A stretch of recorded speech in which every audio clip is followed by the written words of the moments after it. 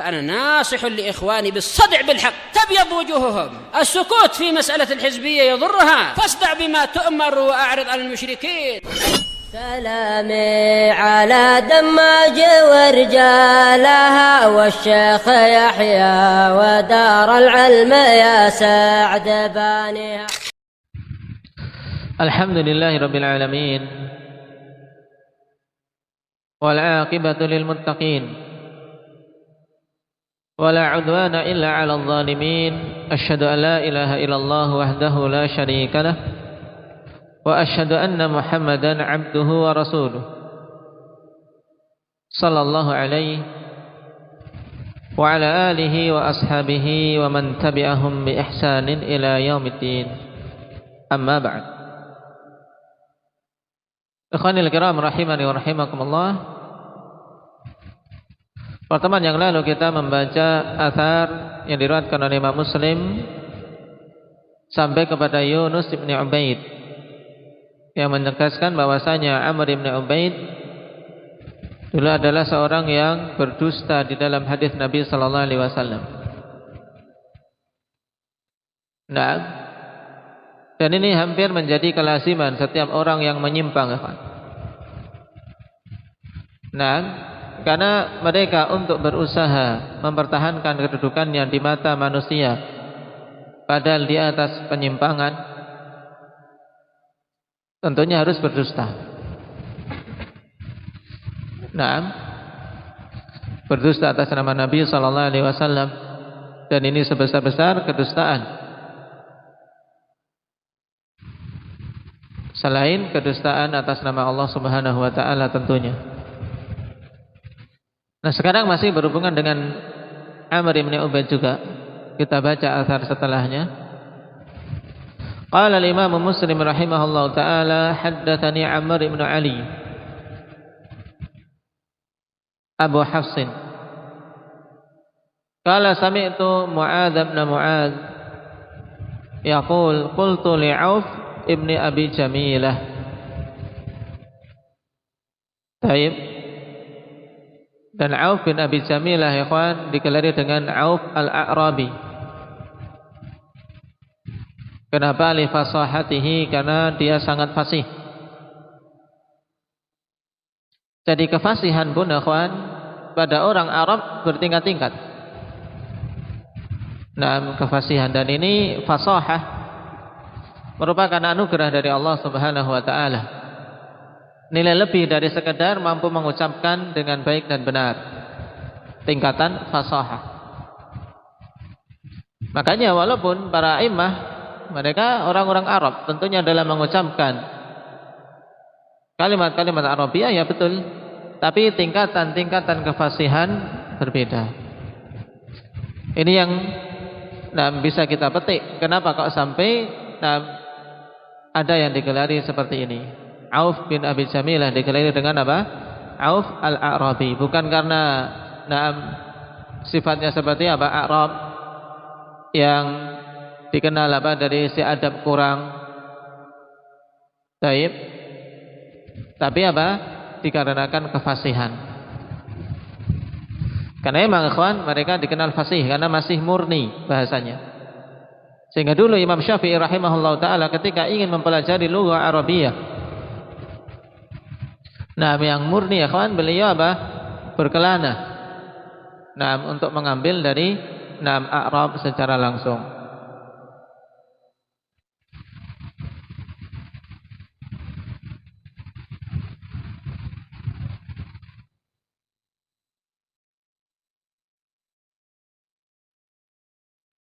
Qultu li Auf ibn Abi Jamilah inna Amr ibn Ubaid haddatsana 'anil Hasan anna Rasulullah sallallahu alaihi wasallam qala man hamala 'alaina as-silah falaysa minna.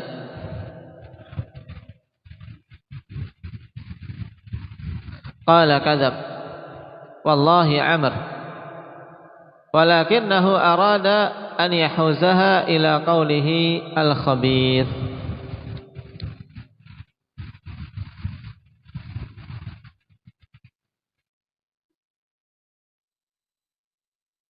Taib. Dikatakan, aku katakan kepada Auf bin Abi Jamilah, sungguhnya Amr bin Ubaid yang telah kita lewati, dia seorang Mu'tazili Qadari, berpemahaman Mu'tazilah dan juga Qadariyah.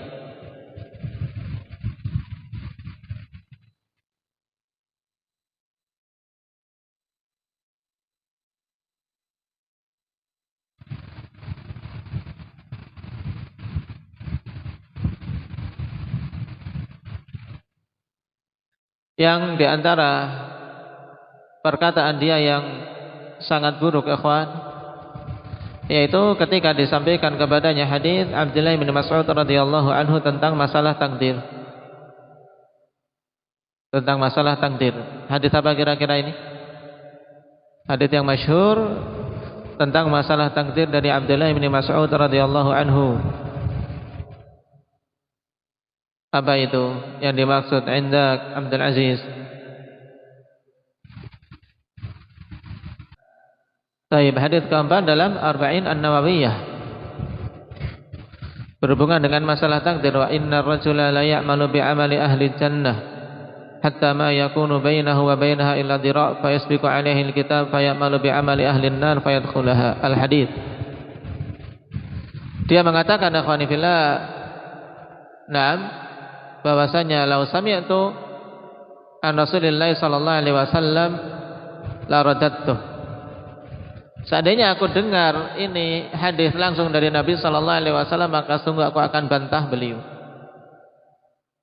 Makanya tidak menerima hadis tersebut. Kenapa? Karena dia tidak beriman terang dengan takdir. Inilah ahlul bid'ah. Tayyib, karena mereka sudah membangun akidah dulu, ikhwan. Sebelum apa? Sebelum mencari dalil, mengedepankan akal daripada nas-nas Al-Quran maupun As-Sunnah. Disampaikan hadis, ya bantahnya seperti ini. Kalau aku mendengar dari Nabi saja tidak akan diterima, akan aku bantah dia, apalagi dari perawi-perawi yang diajukan. Ini diantara kalam yang sangat buruk dari Amr bin Ubaid. Sesungguhnya Amr bin Ubaid ini menyampaikan hadis kepada kami dari Hasan Al-Basri bahwasanya Rasulullah sallallahu alaihi wasallam bersabda, man hamala alaina silah falaysa minna.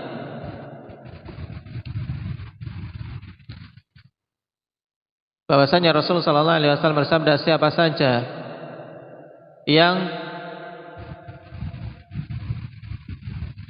mengarahkan kepada kami suatu senjata, dalam artian mengacungkannya, mengancamkan dengan senjata, falaysa minna, maka bukan termasuk dari golongan kami. Ketika disampaikan hal ini kepada Auf bin Abi Jamilah, maka beliau katakan, kadzab, dia telah berdusta. Wallah, demi Allah, Amr, dia telah berdusta. Akan tapi yang dia inginkan dari riwayat tersebut adalah apa? An yahuzaha ila qaulihil khabith. Dia berdusta dengan mengaku-ngaku meriwayatkan hadis tersebut dari Nabi sallallahu alaihi wasallam untuk apa? Untuk menguatkan mazhab dia yang batil, yaitu mazhab i'tizal, pemahaman Mu'tazilah. Taib. Sisi mana pendalilannya? Untuk apa? Menunjukkan bahwasanya orang yang terjatuh dalam kemaksiatan itu apa? Keluar dari keimanan, dan di akhirat dia kekal di dalam neraka. Akan tapi di dunia tidak dinamakan kafir. Taib. Mereka tetapkan manzilah bainan manzilatain. Kenapa? Karena Nabi mengatakan cuman falaysa minna. Ini menurut dia. Jadi dalil kalau riwayat ini, ikhwani fillah, hadits man hamala alaina silah falaysa minna, haditsnya apa? Sabit. Bukan maksudnya hadits ini adalah hadits palsu atau hadits maudhu', tapi apa? Pernyataan Auf bin Abi Jamilah adalah untuk mendustakan apa? Riwayat Amr bin Ubaid secara apa? Secara khusus. Dia telah berdusta dalam apa? periwayatannya. Naam.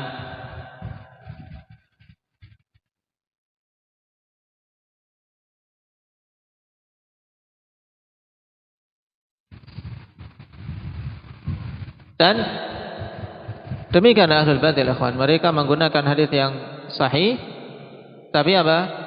Pemahamannya tidak benar. Pemahamannya tidak muwaffaq sebagaimana yang Rasulullah sallallahu alaihi wasallam kehendaki. Jadi ini pendalilan mereka dengan man hamal alaina silah falaysa minna, juga dalil-dalil yang lain. Man ghasyana falaysa minna. Semua ancaman-ancaman berhubungan dengan pelaku maksiat menurut mereka apa? Hal itu menjadikan pelaku maksiat keluar dari lingkaran keimanan sehingga kekal di dalam neraka wal iyadu billah. Ini pemahaman siapa? Mu'tazilah. Adapun pemahaman ahli sunnati wal jamaah ikhwani fillah, naam,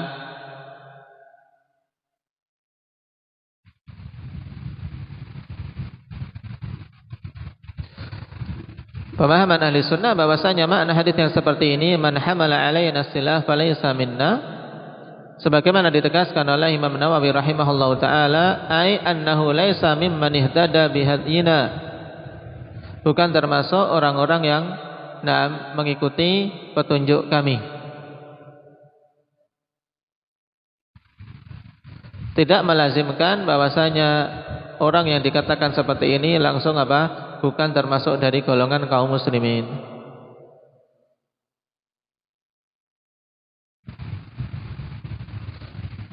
Baik. Sehingga di sisi ahli sunnati wal jamaah, pelaku maksiat selama itu bukan kesyirikan dan bukan perkara yang mengeluarkan dia dari Islam, perkaranya di bawah kehendak Allah Subhanahu wa taala jika mati belum bertobat darinya. Apabila Allah Subhanahu wa taala menghendaki maka akan diampuni. Dan jika Allah kehendaki untuk dihukum sesuai kadar dosanya, maka dihukum di dalam neraka dan akhirnya kelak akan dikeluarkan juga. Akan dikeluarkan dari neraka. Kenapa? Karena masih memiliki keimanan. Walaupun imannya apa? Imannya naqis. Ini prinsip ahli sunnati wal jamaah berhubungan dengan pelaku-pelaku dosa besar.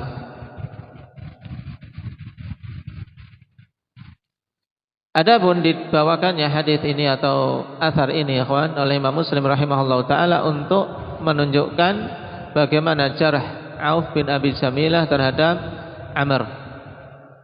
Dia katakan kadzab, dia adalah berdusta. Dan ini adalah apa? Salah satu jarh atau celaan yang sangat tegas. Karena seseorang ikhwan, kalau dia berkecimpung dengan ilmu, berkecimpung dengan periwayatan, kok disifati dengan apa? Dengan kadzib, dengan kedustaan, maka sudah tidak pantas lagi untuk diambil ilmunya, tidak pantas lagi diambil periwayatannya, sebagaimana telah kita lewati dulu. Kapan saja diketahui satu kali saja dalam suatu hadis dia berdusta ikhwan, maka sudah riwayat-riwayat yang lain ditolak. Kenapa? Karena tidak aman kaum muslimin dari kedustaan-kedustaan berikutnya. Oleh karena itulah dikatakan oleh para ulama, bahwasanya apa? Min awwali uqubatil kadzib an yuradda sidquh. Di antara awal hukuman yang diberikan kepada orang yang berdusta yaitu apa? Ketika dia jujur tetap ditolak. Maka seseorang yang pernah berdusta kok dia berucap jujur tetap manusia tidak percaya, ya jangan salahkan orang. Karena itu apa? Sudah sesuatu yang memang perkara yang jelas. Dan tidak perlu manusia bersepakat memang seperti itu keadaannya. Tidak perlu dibuat aturan. Orang yang sudah diketahui dia berdusta, maka ketika dia jujur setelah itu sulit manusia mempercayainya lagi. Kecuali Allah Subhanahu wa taala mesingkap kesalahan-kesalahan tersebut sehingga terhapus, kemudian dia jujur dalam bertobat memperbaiki diri. Hubungan dia dengan Allah lambat laun manusia akan kembali lagi kepercayaannya. Makanya khanifillah, kedustaan jangan sampai seorang muslim menjatuhkan diri padanya. Ini perkara yang sangat buruk dan bahkan menjadi induk dari keburukan-keburukan yang lain. Rasul sallallahu alaihi wasallam katakan, iyyakum wal kadhib fa innal kadhiba yahdi ilal fujur wa innal fujura yahdi ilan nar. Hati-hati kalian, jauhi oleh kalian kedustaan. Kenapa? Karena kedustaan akan mengantarkan pada kefajiran.